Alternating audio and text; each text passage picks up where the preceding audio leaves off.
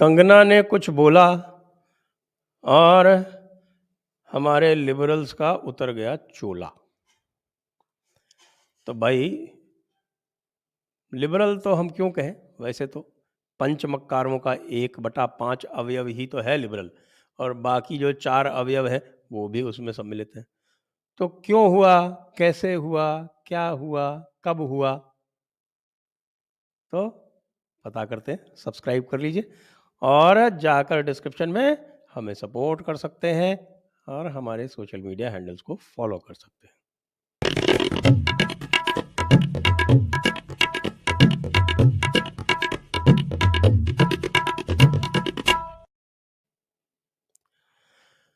हाँ तो भाई कंगना रनावत ने कुछ बोला, उसको लेके बड़ा हल्ला गुल्ला है कि साहब के इन्होंने तो बड़ा अपमान कर दिया। किसका अपमान कर दिया? हमारे बाल दिवस वाले, यानी जब बालक थे वो वाले हमारे चाचा जी का अपमान कर दिया, या हमारे वो महात्मा जी, कौन से महात्मा जी, अरे वही जो ब्रह्मचर्य वाले जो प्रयोग करते थे वो वाले महात्मा जी, उनका अपमान कर दिया। किसी का तो अपमान किया ही होगा ना, तभी तो इतना, जिसको कहते हैं कि हंगामा है क्यों बरपा, तो थोड़ी सी जो कह दी है। तो अब थोड़ा-सा क्या कहा भई, उन्होंने कहा कि हमें जो आज़ादी जिसको हम कहते हैं वो आज़ादी नहीं मिली, वो हमें भीख में मिली। ये क्या गलत है? क्या 15 अगस्त 1947 को हम स्वतंत्र हुए थे? या वो ट्रांसफ़र ऑफ पावर था?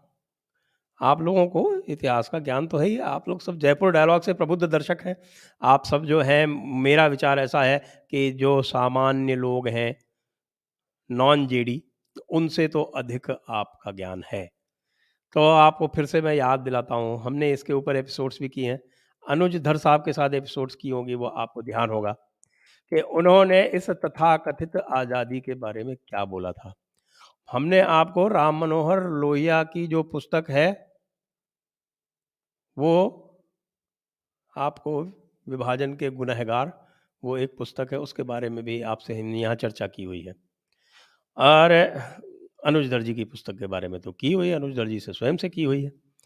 और उसके अतिरिक्त भी अब तो नेताजी सुभाष के जो बहुत सारे और भी कागज़ जो हैं वो बाहर आ गए, और जो आपके ब्रिटिश आर्काइव्स के वो कागज़ बाहर आ गए। ऑकिनलेक ने क्या चिट्ठी लिखी थी आपके ब्रिटिश क्राउन को, वो कागज़ बाहर आ गए। तो ये सारे कागज़ अब बाहर आ चुके हैं। और कांग्रेस में क्या-क्या हुआ, ये कागज़ भी बाहर आ चुके हैं। तो भई समस्या क्या है? आप लोगों को क्यों संदेह हो रहा है कि 15 अगस्त 1947 को जो हुआ, वो स्वतंत्रता ना होके केवल एक ट्रांसफ़र ऑफ पावर था? आपको सबूत चाहिए? कोई बात नहीं, मैं सबूत दे देता हूँ। सबूत आपको मैं उस डॉक्यूमेंट से देता हूँ, जिसके आधार पर भारत की तथाकथित स्वतंत्रता मिली थी। और वह है जिसको हम बोलते हैं इंडियन इंडिपेंडेंस एक्ट 1947। और वो क्या कहता है, मैं डेस्क से कहूँगा कि आप थोड़ा-सा उसको सामने लाएँ। ये है इंडियन इंडिपेंडेंस एक्ट 1947। ये सीधे मैंने आपके जो ब्रिटिश पार्लियामेंट की वेबसाइट है, वहाँ से उठाया है। इंडियन इंडिपेंडेंस एक्ट 1947 ये आज भी एक करंट स्टैट्यूट है ब्रिटेन में। इसकी जो एक इसका जो एक विरोधाभास है, वो भी मैं आपको भी बताने वाला हूँ। तो मैं कहूँगा आपसे कि आप जो है वो आप कृपया सेक्शन 1 पर चलें और सेक्शन 2 हमको दिखाएँ, जो मैं इनको सबको दिखा सकता हूँ। तो ये क्या कह रहा है chapter 30, an act to make provision, एक मिनट रोकिए, हाँ, an act to make provision for the setting up in India of 2 independent dominions. अब आपको डोमिनियन का मतलब पता है ना? डोमिनियन का मतलब स्वतंत्र राज्य नहीं होता है। डोमिनियन का मतलब होता है एक पराधीन राज्य, स्वतंत्र पराधीन राज्य, कितनी अच्छी बात है। उसी तरह से जैसे गुलाम नबी आज़ाद, उसी तरह का ये है। तो ये है two independent dominions to substitute other provisions और certain provisions of the Government of India Act, not all, certain, which apply outside those dominions and to provide for other matters consequential on or connected with the setting up of those dominions. आगे चलिए, section 1 क्या कहता है? As from the 15th day of August 1947, two independent dominions shall be set up in India to be known as respectively as India and Pakistan. फिर आप section 2 का जो 1 है वो पढ़ लीजिए। उसके बाद मुझे आपसे विशेष कुछ कहने की आवश्यकता नहीं है, आप सब लोग बहुत समझदार स्वयं हैं, आप समझ जाएंगे। ये section 2 subsection 1, subject to the provisions of subsection 3 and 4 of this section, the territories of India shall be the territories under the sovereignty of His Majesty, which immediately before the approved day were included in British India. Sir, madam,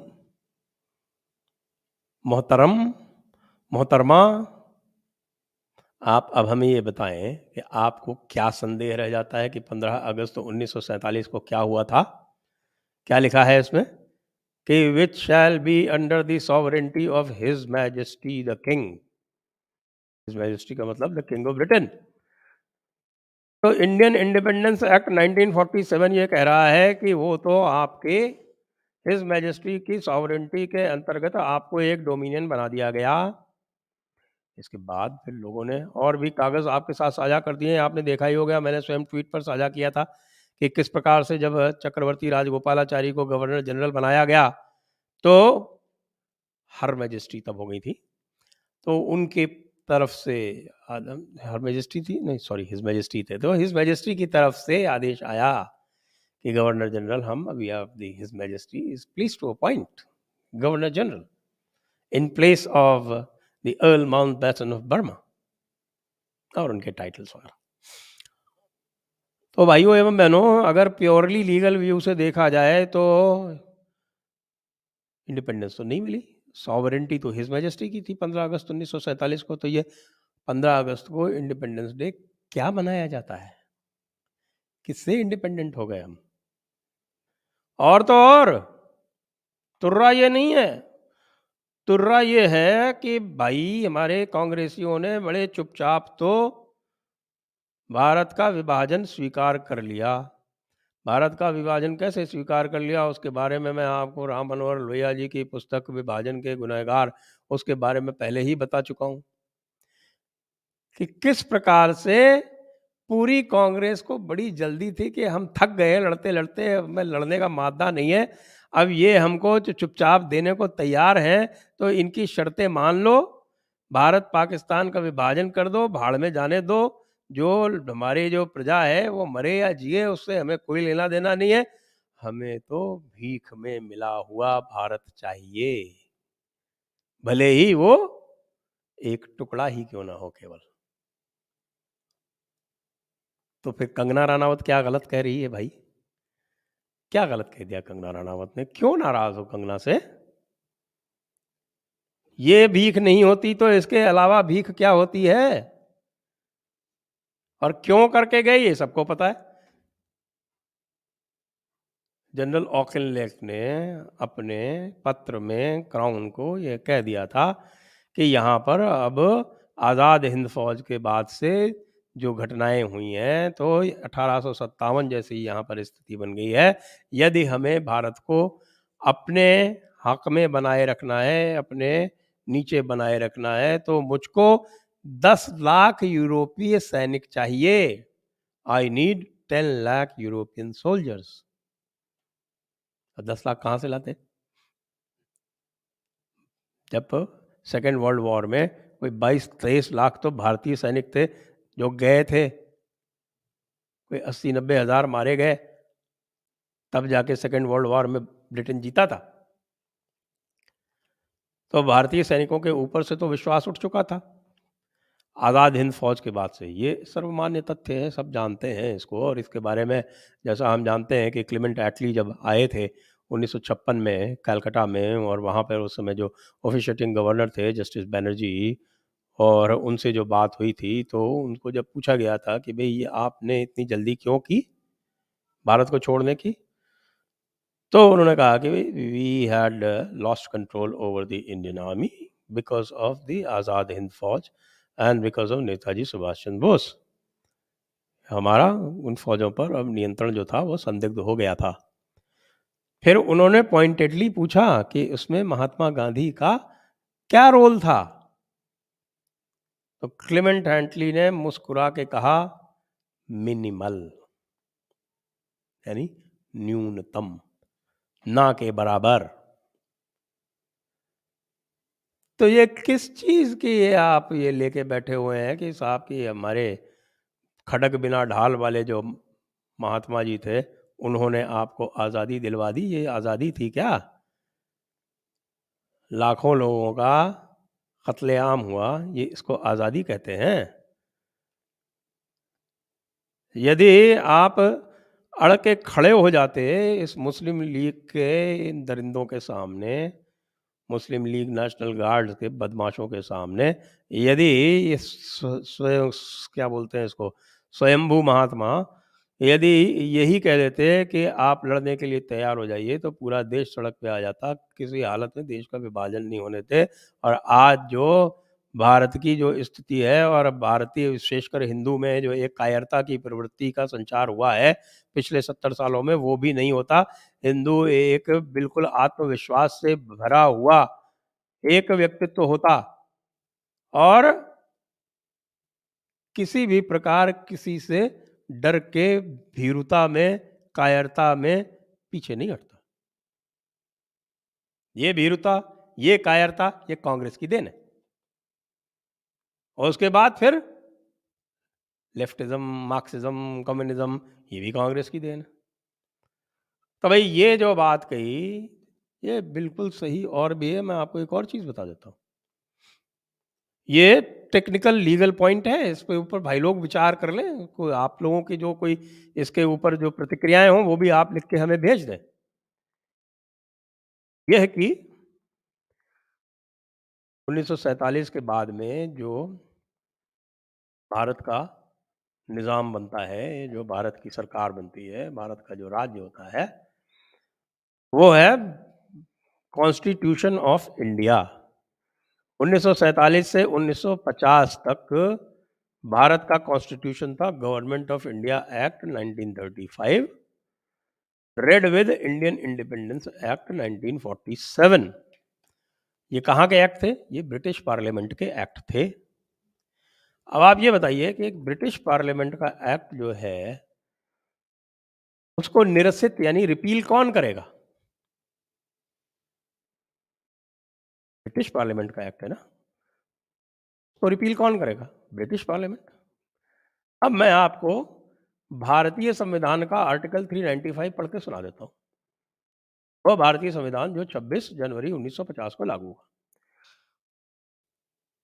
395 repeals the Indian Independence Act 1947 and the Government of India Act 1935, together with all enactments amending or supplementing the latter act, but not including the Abolition of Privy Council Jurisdiction Act 1949 are hereby repealed। तो repeal तो हुए, लेकिन किसने किए? भारतीय संविधान ने। British parliament में इन एक्ट्स की क्या स्थिति है आपको पता है? ये आज भी विद्यमान है, आज भी विद्यमान है। अब जो भी हमारे लीगल एक्सपर्ट हैं वो कृपया हमें बताएं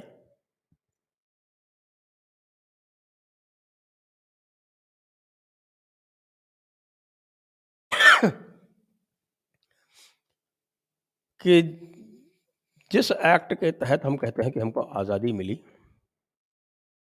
वो एक्ट कहता है कि सॉवरेंटी हिज मैजेस्टी की है, और वो एक्ट आज भी विद्यमान है, रिपील नहीं हुआ है।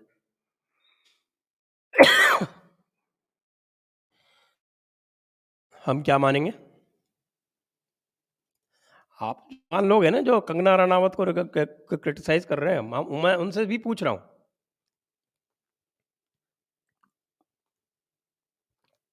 कि यदि गवर्नमेंट ऑफ इंडिया एक्ट 1935 और इंडियन इंडिपेंडेंस एक्ट 1947 आज भी ब्रिटिश पार्लियामेंट में विद्यमान है और इन्हीं के तहत ट्रांसफ़र ऑफ पावर हुआ था, तो भारत के कॉन्स्टिट्यूशन में उनको रिपील किए जाने का क्या महत्व है? मैं इसके ऊपर कोई जजमेंट नहीं देता, मैं इसको ओपन एंडेड छोड़ता हूँ आप सभी लोगों के विचार के लिए। आप सभी लोग इस पर विचार करें और हमें बताएँ कि इंटरनेशनल लॉ में कौन-सा ऐसा प्रावधान है जिसके अंतर्गत एक देश दूसरे देश के कानून को अपने देश में रिपील कर सकता है?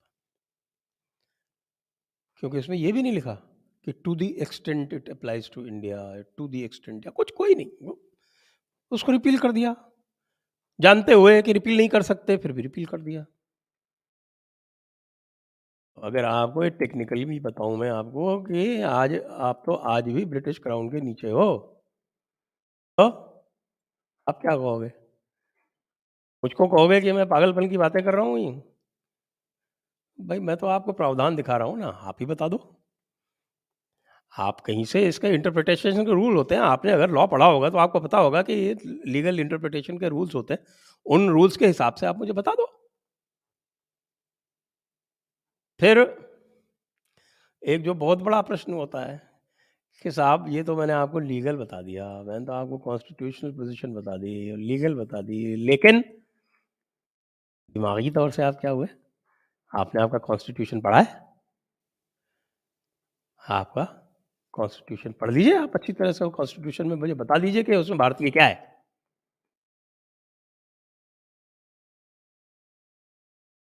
पे अमेंडमेंट माँगा गया था, दामोदर लाल सेठ थे संभवतः उस समय कॉन्स्टिट्यूएंट असेंबली में, और उन्होंने यही बात कही थी कि इस संविधान में भारतीय क्या है? संविधान को सर बी.एन. राव ने बनाया।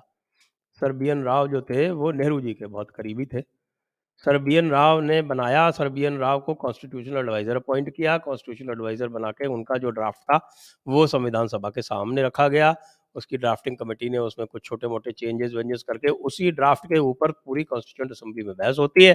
वो जो कॉन्स्टिट्यूएंट असेंबली वो एक इनडायरेक्टली इलेक्टेड बॉडी है, इनडायरेक्टली इलेक्टेड। वो भी किससे? वो भी उन प्रोविंशियल असेंबली से जिनका टोटल कोलिजियम जो था वो एलिजिबल जनसंख्या का 15% था। तो आपका संविधान क्या है? आपका संविधान जो है वो ब्राउन साहिब की लेगेसी है, जिसको लेके हमारे पार्लियामेंटेरियन, हमारी जुडिशरी इतना चिंतित रहते हैं। इसीलिए पिछले साल मैंने ये कॉल दिया था रिपब्लिक 2.0। ये तो साहब बीज में ही खोट है। बीज ही खराब हो तो फल कहाँ से आवे? फल भी गड़बड़ ही आवेंगे ना। तो ये यहाँ तक बात हो गई। अब दूसरी बात आती है कि साहब उसमें कहें कि साहब स्वतंत्रता 2014 में मिली। मैं कहूँगा हमें ऐसा लगा था कि स्वतंत्रता 2014 में मिली, लेकिन 2021 तक आते-आते मुझे लगता है कि वह स्वप्न भी तिरोहित सा हो गया लगता है। यहाँ हो सकता है कि थोड़ा बहुत मुझ में और कंगना में विचारों में थोड़ा-सा अंतर हो सकता है। लगा तो मुझे भी था कि अब असली स्वतंत्रता आई है। लेकिन पता चला कि जिनको हम देख रहे थे और जिस पार्टी को हम देख रहे थे कि साहब कि ये स्वतंत्रता का उद्घोष करेंगे, उन्होंने स्वतंत्रता का उद्घोष तो किया ही नहीं, वो तो सीधे जाके उसी कॉन्स्टिट्यूशन में, उसी अंग्रेजी सिस्टम में और उसी तथाकथित ट्रांसफ़र ऑफ पावर की जो मृगमरीचिका थी, उसी के नीचे जाके अपने आप को धन्य समझने लगे और धन्य समझ के उन्हीं चीज़ों को उसी प्रकार से निरंतर करते गए और यह कहने में अपना गौरव समझने लगे कि हमने तो देखिए इतिहास में तनिक भी फेर-बदल नहीं किया है, एक वाक्य तक नहीं बदला है। इसलिए कंगना जी, यहाँ तो मैं थोड़ा आपसे डिसएग्रीमेंट करूँगा, यहाँ मुझे आपसे थोड़ी-सी असहमति है कि हाँ, हमें लगा था कि 2014 में स्वतंत्रता आ गई है, लेकिन 2021 तक आते-आते हम ये जान गए हैं कि जो स्वतंत्रता लाने वाले थे, वो उसी ट्रांसफर ऑफ पावर के जो एक देदीप्यमान सूर्य था ट्रांसफर ऑफ पावर का, उसी के प्रकाश तले चौंधियाते हुई आँखों से और जाके नीचे खड़े होकर और उसी को अर्घ देने लगे। आज भी देते जा रहे हैं। परिवर्तन कहाँ आया? परिवर्तन कहाँ आया? परिवर्तन ही तो लाना है। तो इसलिए स्वतंत्रता अभी आनी बाकी है मेरे हिसाब से। बस इतना ही आज प्रश्न ले लेते हैं। Press the bell icon on YouTube and don't miss another update.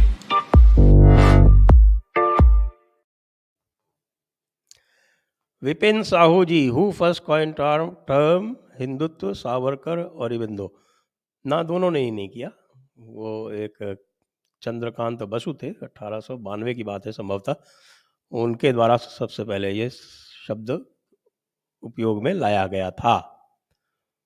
और वैसे भी जब बोलते हैं ना हिंदुइज्म, हिंदुइज्म का अर्थ क्या होता है संस्कृत में, हिंदी में, भारतीय भाषाओं में? उसका हिंदूवाद। तो हम हिंदूवादी कब थे भाई? यहाँ हिंदुइज्म और हिंदूवाद की बाइनरी, उनका द्वंद्व नहीं है, एक ही है और वो है हिंदुत्व। और जो है ना वो गांधी वाली जो एक सनातन की जो क्रिश्चियन परिभाषा है, उनका जो ईस्टर्न क्रिश्चियन मत है गांधी जी का, उसकी जो हिंदू परिभाषा है ना, उसको ये कांग्रेस वाले हिंदुइज्म बना के आपके ऊपर थोपना चाहते हैं, जिससे कि आप जिहादी और इवेंजेलिकल ताकतों का प्रतिरोध ना करें। हिंदुइज्म वो है जो एक तमाचा खाकर दूसरा गाल आगे कर देता है, जो भारत में कभी था नहीं। इसलिए there is nothing called Hinduism, जो कुछ है हिंदुत्व है। So please explain to us why Indian Navy flag still has English St. George's flag. अरे लो साहब, यहाँ तो महात्मा गांधी जी तो कह रहे थे कि हमारे भारत के झंडे में भी, तिरंगे में भी साइड में कॉमनवेल्थ को आपका यूनियन जैक होना चाहिए। वो तो पता नहीं किसके सद्बुद्धि आ गई कि नहीं हुआ, नहीं तो भारत के झंडे में भी होना था, वो तो तिरंगे में भी। इसलिए चलिए, हम तो खाली नेवी से बच गए।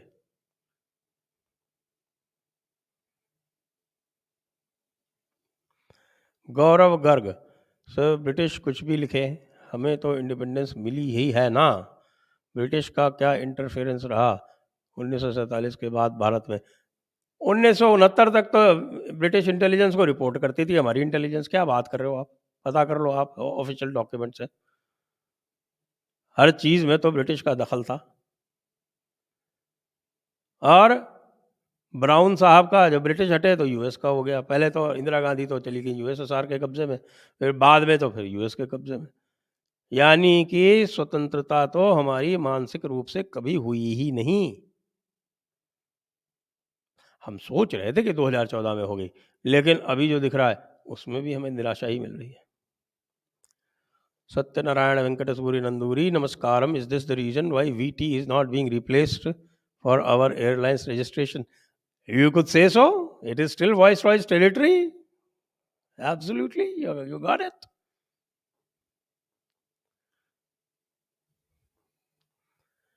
Congress Raj was foreign occupation like 1000 plus years Turks and British, because in mindset they were foreigners.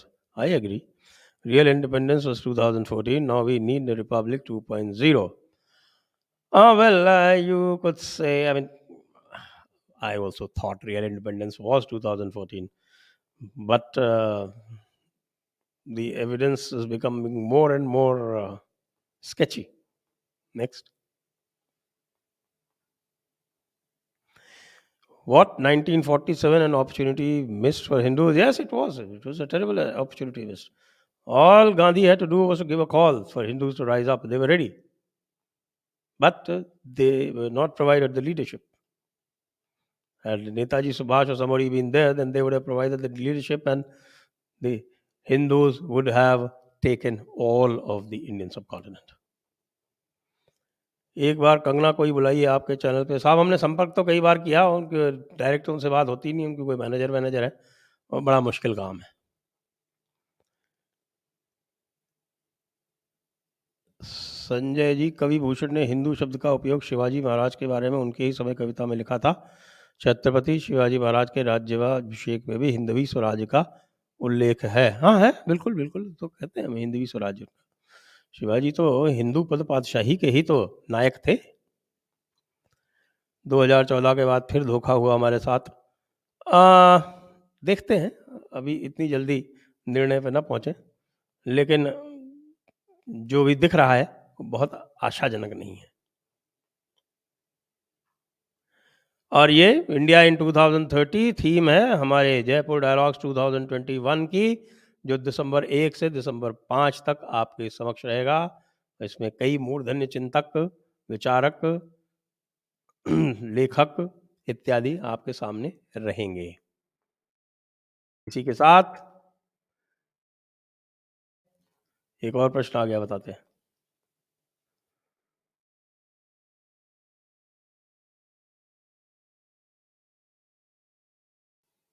Krishna Sundar, Independence Day should be renamed to Dominion Day. Yes. I agree. 100%. Krishna Sundar, हाँ जी, ये तो हो गया। Repeated question. Thank you all viewers, आप सभी को बहुत बहुत धन्यवाद। जय हिंद, वंदे मातरम।